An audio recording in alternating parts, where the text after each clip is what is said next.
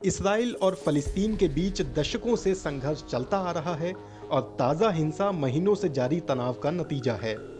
ये 100 साल से भी पुराना मुद्दा है। पहले विश्व युद्ध में उस्मानिया सल्तनत की हार के बाद मध्य पूर्व में फलस्तीन के नाम से पहचाने जाने वाले हिस्से को ब्रिटेन ने अपने कब्जे में ले लिया था। इस जमीन पर अल्पसंख्यक यहूदी और बहुसंख्यक अरब बसे हुए थे। दोनों के बीच तनाव तब शुरू हुआ जब अंतर्राष्ट्रीय समुदाय ने ब्रिटेन को यहूदी लोगों के लिए फलस्तीन को एक राष्ट्रीय घर के तौर पर स्थापित करने का काम सौंपा। यहूदियों के लिए ये उनके पूर्वजों का घर है, जबकि फलस्तीनी अरब भी इस पर दावा करते रहे हैं और इस कदम का विरोध किया था। 1920 से 1940 के बीच यूरोप में उत्पीड़न और दूसरे विश्व युद्ध के दौरान होलोकॉस्ट से बचकर भारी संख्या में यहूदी एक मातृभूमि की चाह में यहाँ पर पहुंचे थे। इसी दौरान अरबों और यहूदियों और ब्रिटिश शासन के बीच हिंसा भी शुरू हुई। 1947 में संयुक्त राष्ट्र में फलस्तीन को यहूदियों और अरबों के अलग अलग राष्ट्र में बांटने को लेकर मतदान हुआ और यरूशलेम को एक अंतर्राष्ट्रीय शहर बनाया गया। इस योजना को यहूदी नेताओं ने स्वीकार किया, जबकि अरब पक्ष ने इसको खारिज कर दिया और ये कभी लागू नहीं हो पाया। 1948 में समस्या सुलझाने में असफल होकर ब्रितानी शासक चले गए और यहूदी नेताओं ने इस्राइल राष्ट्र के निर्माण की घोषणा कर दी। कई फलस्तीनियों ने इस पर आपत्ति जताई और युद्ध शुरू हो गया। अरब देशों के सुरक्षा बलों ने धावा बोल दिया। लाखों फलस्तीनियों को अपने घरों से भागना पड़ा या उनको उनके घरों से जबरन निकाल दिया गया। इसे उन्होंने अल नकबा या तबाही कहा।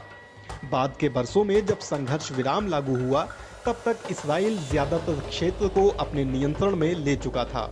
जॉर्डन के कब्जे वाली जमीन को वेस्ट बैंक और मिस्र के कब्जे वाली जगह को गजा के नाम से जाना गया। वहीं यरूशलेम को पश्चिम में इस्राइली सुरक्षा बलों और पूर्व को जॉर्डन के सुरक्षा बलों के बीच बांट दिया गया। इसे लेकर कोई शांति समझौता नहीं था, तो आने वाले दशकों में इस पर और युद्ध और लड़ाइयां लड़ी गईं। 1967 में अगला युद्ध लड़ा गया, जिसमें इस्राइल ने पूर्वी यरूशलेम और वेस्ट बैंक पर कब्जा कर लिया। सिर्फ यही नहीं, इस्राइल ने सीरिया के गोलान हाइट्स, गजा और मिस्र के सिनाई प्रायद्वीप के अधिकतर हिस्सों पर भी कब्जा जमा लिया।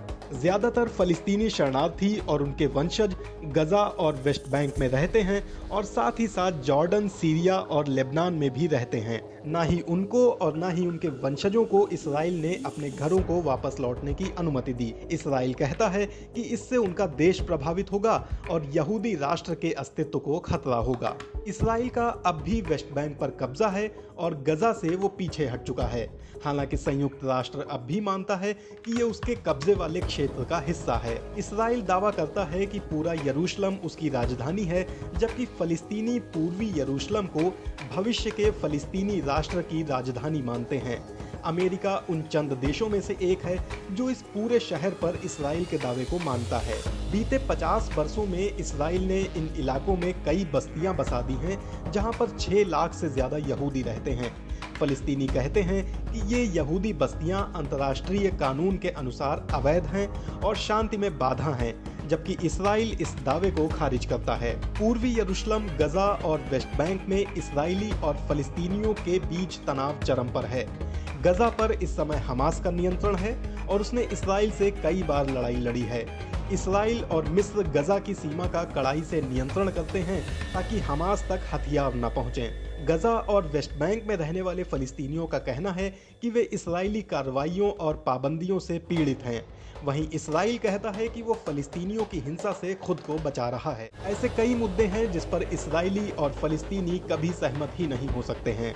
इनमें कई समस्याएं हैं, जैसे कि फलस्तीनी शरणार्थियों के साथ क्या होना चाहिए, कब्जे वाले वेस्ट बैंक में यहूदी बस्तियों का क्या किया जाएगा, क्या वे हटाई जाएंगी या नहीं हटाई जाएंगी। इसके अलावा यरूशलेम को दोनों पक्ष कैसे बांटेंगे, और इसके साथ ही सबसे मुश्किल समस्या ये है कि क्या फलस्तीनी राष्ट्र इस्राइल के साथ बनाया जाएगा या कहीं और। ऐसे कई सवाल हैं जिनका जवाब तलाश पाना बहुत मुश्किल है। शांति वार्ता बीते 25 सालों से शुरू होती है और बंद हो जाती है, लेकिन ये संघर्ष को नहीं सुलझा पाई है। कम शब्दों में कहें तो ये स्थिति अभी किसी भी सूरत में हल नहीं होगी।